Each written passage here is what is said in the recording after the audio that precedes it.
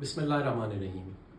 अभी आपने एक अजीबोगरीब मंज़र देखा टीवी के ऊपर कि पहले प्रेस कॉन्फ्रेंसेस होती थी और लोग जो गुमशुदा होते थे या हिरासत में होते थे वो यकदम सामने आते थे और आके अपना बयान रिकॉर्ड कराते थे और एक वो स्क्रिप्ट होती थी वो पढ़ते थे और उसके बाद वो चले जाते थे।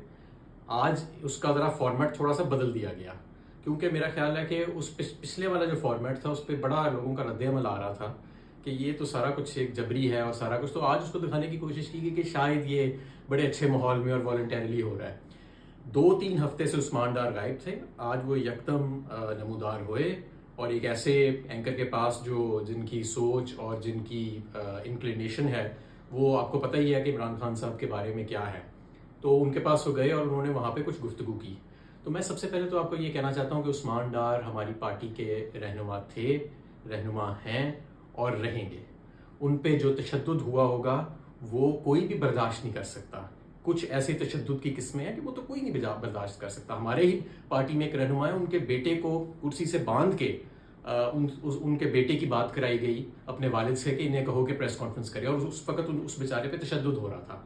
तो इस तरह के भी वाक़यात हैं। आपने इमरान रियाज खान की हालत देखी कि किस हालत में उनको लुटाया गया।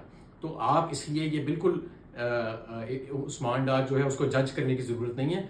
उस्मान डार जो है वो हमारी पार्टी के लीडर हैं और उनकी बड़ी कुर्बानियाँ हैं और इंशाल्लाह ताला रहेंगी।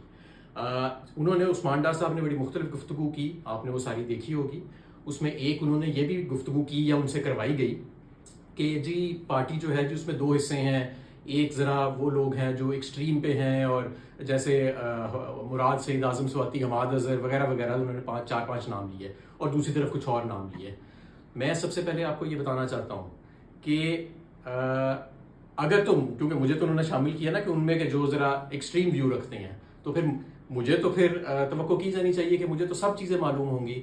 मैं आपको हल्फन कहता हूँ कि इमरान खान ने कभी मेरे सामने किसी फौजी तनसीबात या प्राइवेट प्रॉपर्टी या पब्लिक प्रॉपर्टी हमले करने की ना कभी गुफ्तगू की, ना कभी कोई माइंडसेट ऐसा अपना दिखाया, ना कभी उन्होंने हमें ये बात की, ना ही कभी मैंने इसकी किसी किस्म की प्लानिंग देखी। ये बिल्कुल एक बहुत ही गैर जिम्मेदाराना बयानिया है जिसको इन्होंने बनाने की कोशिश की है, जिसने भी ये कहलवाया है उस्मान डार साहब से। और जाहिर है कि ये सारा कुछ उन्होंने जबरी तौर पे उनसे कहलवाया है। तो सबसे पहले तो ये बात बड़ी वाज़ेह होनी चाहिए और ये मैं अल्लाह को हाजिर नाजिर जान के हल्फन कह रहा हूँ कि ऐसी कभी गुफ्तगू मेरे सामने नहीं हुई, ना इमरान खान साहब की, ना ही किसी पार्टी के और किसी फर्द की, कि कभी ये ऐसी चीज़ जो है वो सामने आई हो। तो एक चीज़ तो ये वाज़ेह हो जानी चाहिए। दूसरी चीज़ मैं आपको ये वाज़ेह करना चाहता हूँ कि हमारी पार्टी को भी तकसीम करने के लिए ये एक शोशा जो है उसको समझा जाना चाहिए। पूरी पार्टी यकजा है, पूरी पार्टी जो है वो एक नए पाकिस्तान के लिए और एक ऐसे पाकिस्तान जहाँ पे आइन की और मुल्क की हुक्मरानी होगी, जहाँ पे आइन की और कानून की हुक्मरानी होगी, उसके लिए हम गोश हैं और इंशाल्लाह ताला हम बहुत करीब हैं अपनी मंजिल के। सिर्फ अगला इलेक्शन ही नहीं, अगली कई दहाइयों तक ये जो लीडरशिप की एक नई खेप पैदा हुई है, हमारी खवातीन जो जेलों में हैं, हमारे लोग जो जबर का सामना कर रहे हैं, गुमशुदा जो लोग हैं, जो जबरी तौर पे जिनको गुमशुदा किया गया है, जो कैद में लोग हैं, ये सब आपके मुस्तकबिल की जो है वो इंशाल्लाह ताला लीडरशिप जो है वो बनेगी। और मैं तीसरी चीज़ ये भी बताना चाहता हूँ कि ये जो कहा गया ना, ये भी एक बड़ा गैर जिम्मेदाराना और अजीबो गरीब सा बयानिया कि जी रियासत बयानिया मुखालिफ इमरान खान माइंडसेट बना रहा था या उनके कुछ साथी बना रहे थे। ये रियासत भी हमारी है, ये मुल्क भी हमारा है, ये फ़ौज भी हमारी है, इसके इदारे भी हमारे हैं सारे, और हम सब इसके वफादार हैं। हमारी वफादारी पे और हमारी किसी किस्म की ऐसी आप गैर जिम्मेदाराना किस्म की गुफ्तगू ना करें या लोगों से करवाएं कि जी ये जी रियासत बयानिया खिलाफ बयानिया बनाने की कोशिश की जा रही थी।